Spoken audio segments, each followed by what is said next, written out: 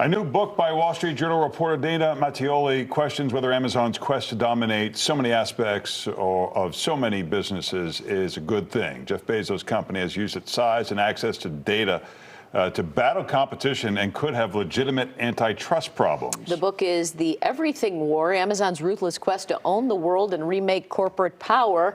Good morning, Dana. Good morning. Thanks for having me. Well, the title of that book makes it sound like it's an evil entity. Is this all Amazon is bad? It's not all Amazon is bad, but it's the first unvarnished look at the company's business practices. And it shows how this secretive company, which is secretive by design, often wins and how it's taken over industry after industry.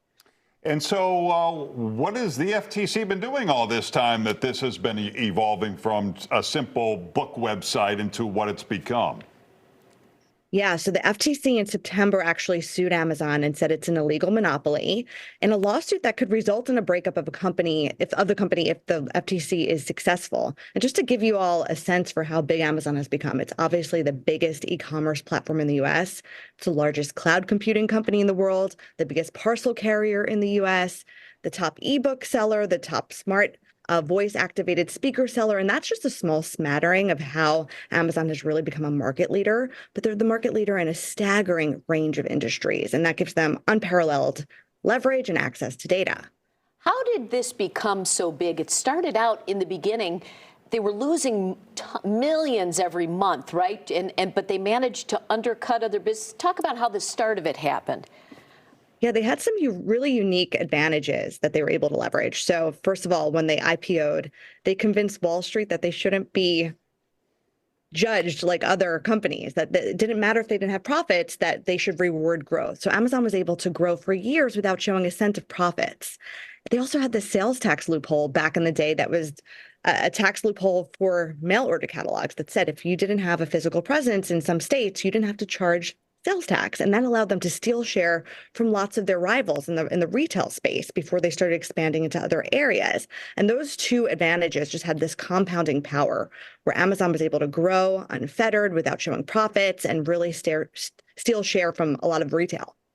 They emerge into this economy of scale where we can just buy all this stuff and sell it to you at a cheap price. But are people still getting a deal, or are they just as expensive as everybody else because they gobbled up everybody else? You know, in those early days, Amazon definitely undercut the market on pricing, and it developed this reputation for being this low-cost retailer that has stuck with them even when things have changed. If you look at the FTC lawsuit against Amazon, they're saying, we're suing you because you're raising prices on consumers. Because you have so much power in e-commerce and your sellers need to be there, you're able to raise your fees for sellers. And because of that, the sellers' margins are being squeezed and they are passing along the cost to consumers. So if you look at the FTC lawsuit, they say actually Amazon's raised prices for consumers on Amazon.com, but also throughout the rest of the online economy.